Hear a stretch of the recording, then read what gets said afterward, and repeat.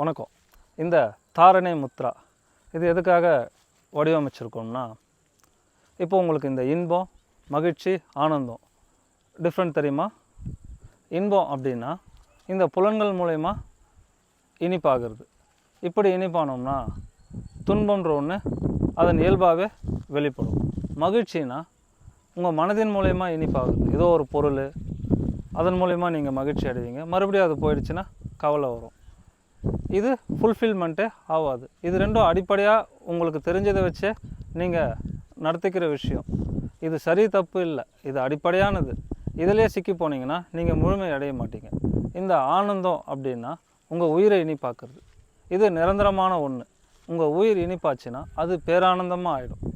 அதுக்காக தான் இந்த மொத்த ஆன்மீகமும்.